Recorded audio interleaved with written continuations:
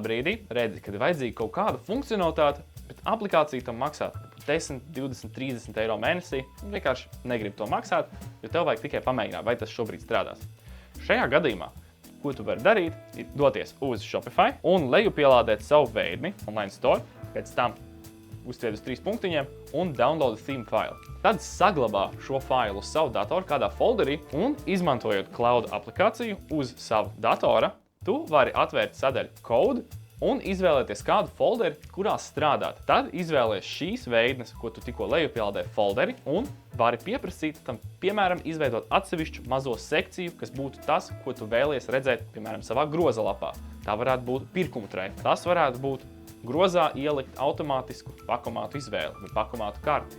Ja, tad var izmantot arī papildus aplikāciju kā Parcelī, lai attiecīgi pašu integrāciju ar Omnivu tev būtu. Tad tev tikai jādabū noformējums savā karti drawerā, ko tu vari izdarīt ar cloud palīdzību. Personalizācija produktiem, lai uzrakstītu vārdu, atstātu kādu bildīti un pēc tam to visu attiecīgi tu varētu redzēt orderes lapā, var arī izmantot šo rīku. Tātad paprasti, lai tas izveido atsevišķu bloku priekš produktu lapas, raksturo savu specifikāciju. Tam jāstrādā šādi, pēc tam pasties, kādas izmaiņas tas ir veicis, iekopē tās savā paralēli izveidotajā, tātad pied divreiz, duplicate, un attiecīgi šeit pēc tam spiedīs edit code, un pēc tam šajā draft versijā var patestēt, paprovēt, kādā veidā viņi strādā.